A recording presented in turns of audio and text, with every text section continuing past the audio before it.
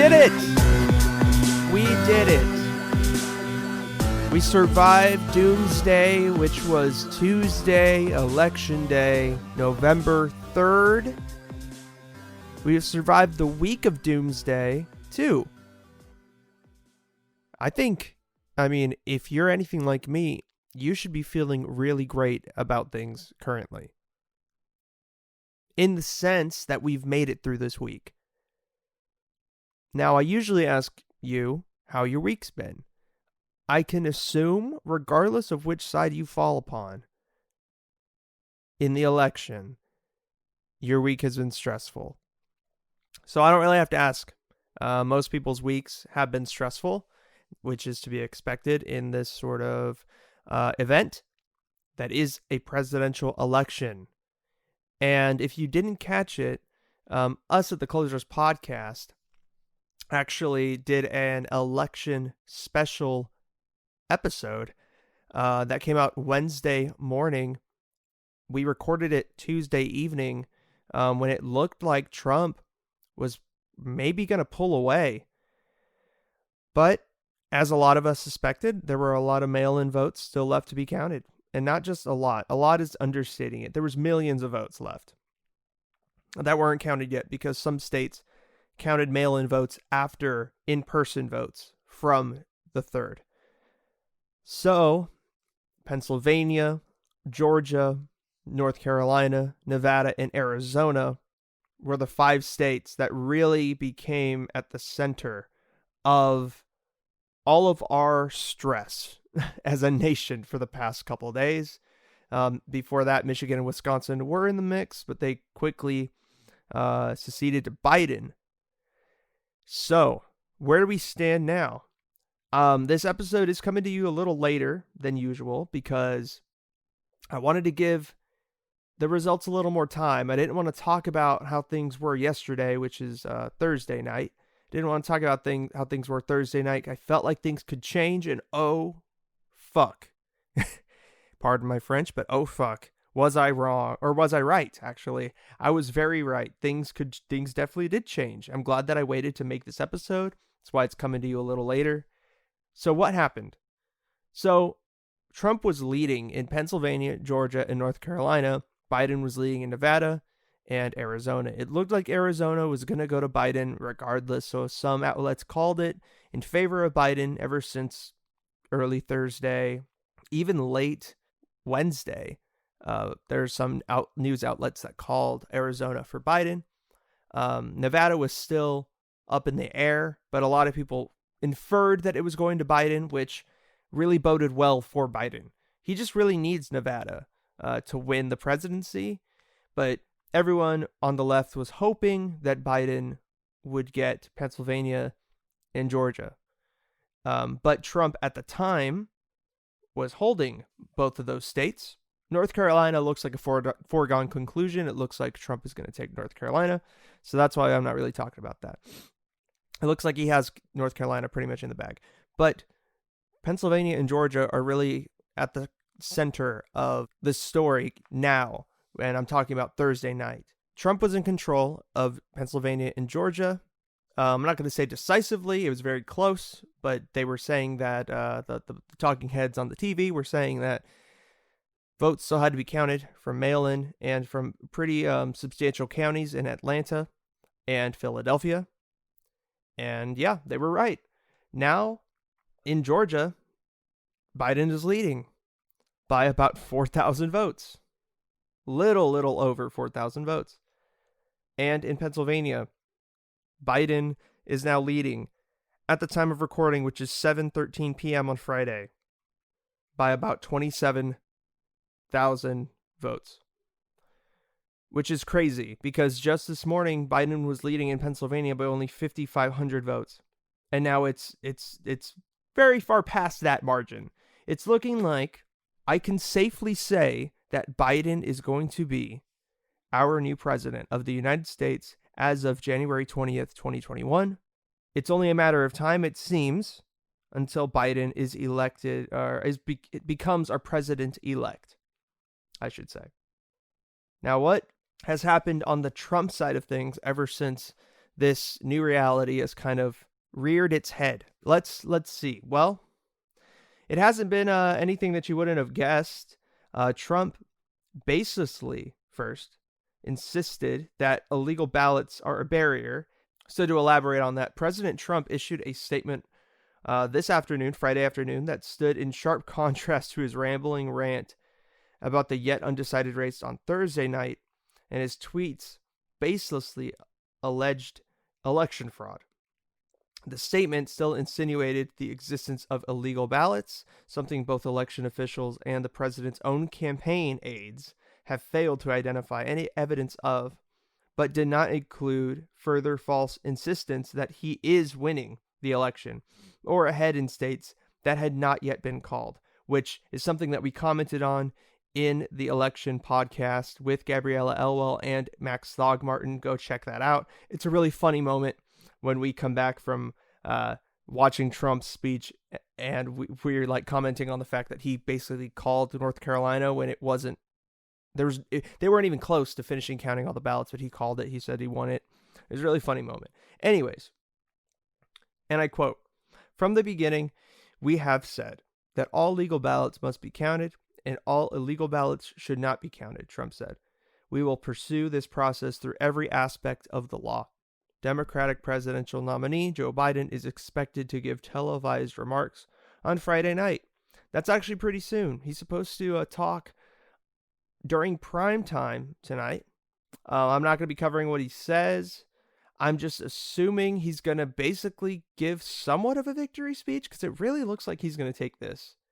The math kind of is super in his favor now. So what else has happened regarding the election? There has been a lot of attempted intimidation, like poll worker intimidation. There was like a mob of Trump supporters that showed up at a polling, like a vote counting location, right? I don't know the terminology for these places, but a ballot counting location.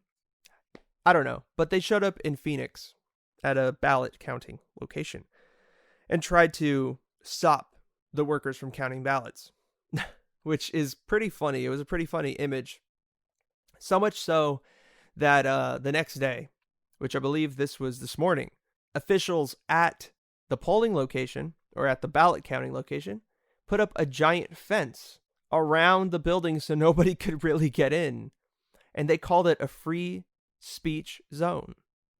Really funny, really ironic that they labeled it a free speech zone when the people that they're trying to not suppress, but the people they're trying to keep out of their establishment are people that apparently love the Constitution and, want to uphold freedom of speech, but yet they're the ones trying to silence people's votes. Pretty funny. It's not like the whole Trump, rabid fan base, because of course there's people that have supported Trump that I would say maybe aren't necessarily rabid over him, but the people that are rabid, it's really funny to me because it's like they've always been very hypocritical throughout his entire presidency and his entire campaign from 2015 and 2016. And now it is so obvious and in your face. There's no denying how hypocritical those people are now. Even people that are that way don't deny that they're hypocritical. They don't care. It's just really funny to me. Really funny to me. But another thing that happened in Philadelphia, actually, the police in Philadelphia investigated a bomb threat against a vote counting center.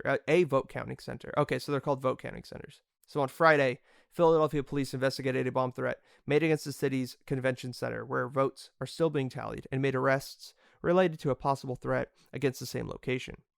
Philadelphia Police Commissioner Danielle Outlaw confirmed that police arrested 2 out-of-state men following a tip from the FBI that warned, quote, "An individual or a group was traveling to a city from Virginia in a Hummer with the intention of attacking the election location. Officers stopped the men and noticed firearms and ammunition in their truck. They were arrested and charged for allegedly not having a valid Pennsylvania firearms license."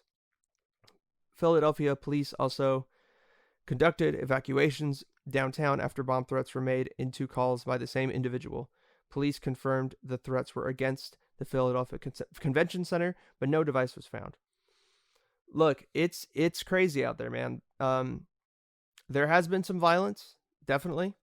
There's been violence from the MAGA crowd, and there's been violence from the side where, on the left, I guess, that is wanting all ballots to be counted, which they are.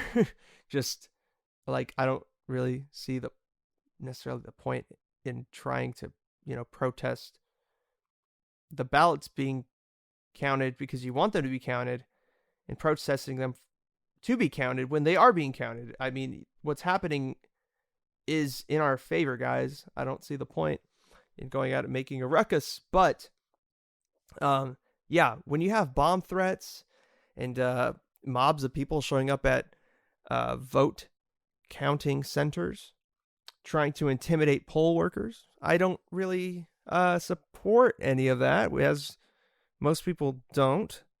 But it is very, very, very, very interesting seeing these people on the right, the MAGA crowd, kind of turning into the very thing that they hated. The very thing, and that is snowflakes.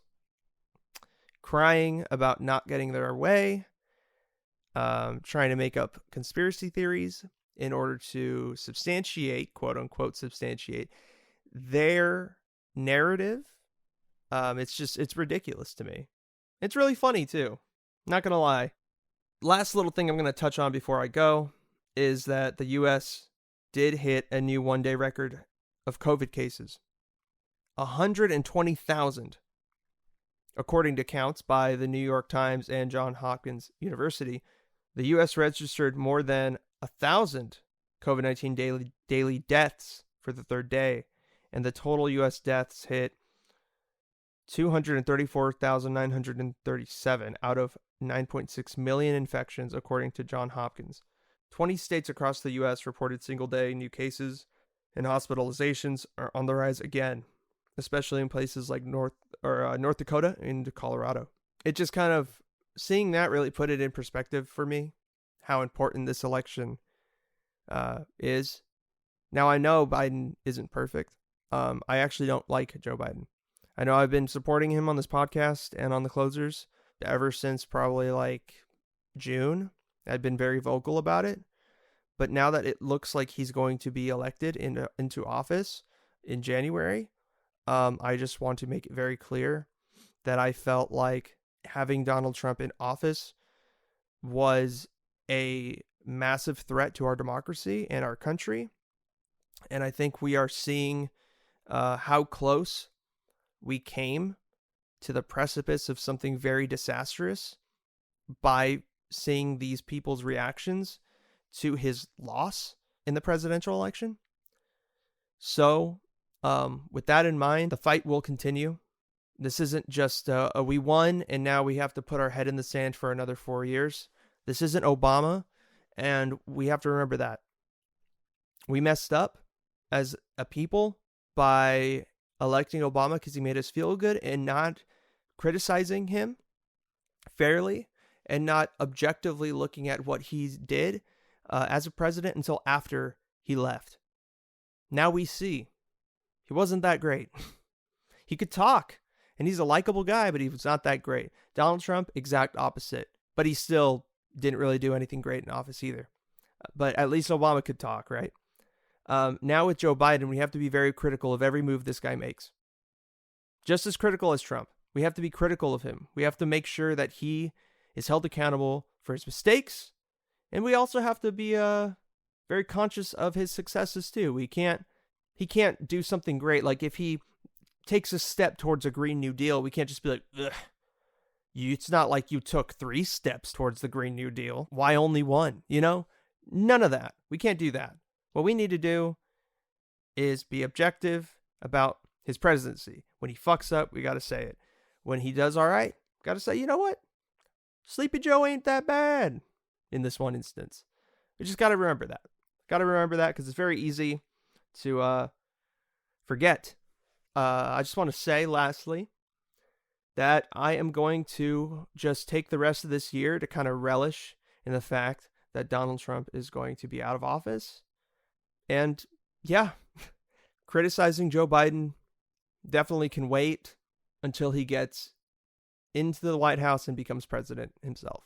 So can't wait until that day comes. But for now, I'm going to just kick back a little bit and enjoy Thanksgiving, which is coming up in a couple weeks, and enjoy Christmas, which is coming up next month.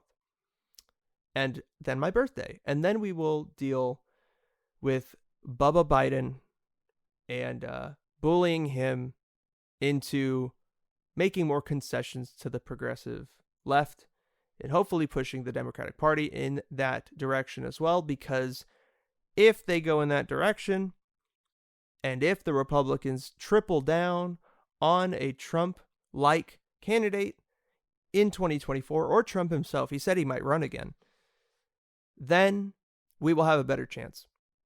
Because if we run another corporate empty suit like Joe Biden in 2024, we're probably not going to win that time. So we really need to make some strides these next 4 years, and it starts in January. And that's all I got now. So if you enjoyed what you heard, please check out our Election Day podcast, which came out on Wednesday. I stayed up till 5 a.m. editing this episode. Not this episode, but the one I just mentioned. It was a great time. Gabby and Max were a joy to talk to and pick their brains over. So definitely check that out. You can follow the podcast on Instagram at The Closers Podcast, on Facebook at Closers Podcast, and subscribe to our YouTube channel. We are The Closers Podcast. On Monday, Quinn the Moondog Kalani is going to hit you with his hot takes, probably about the election, probably about the Rams, maybe some MMA. We'll see what he decides to chat on. But I will be back on The Closers Podcast on Wednesday, and I will close out your week next week on Friday as well. Hope you enjoyed this episode. Have a great weekend and stay safe.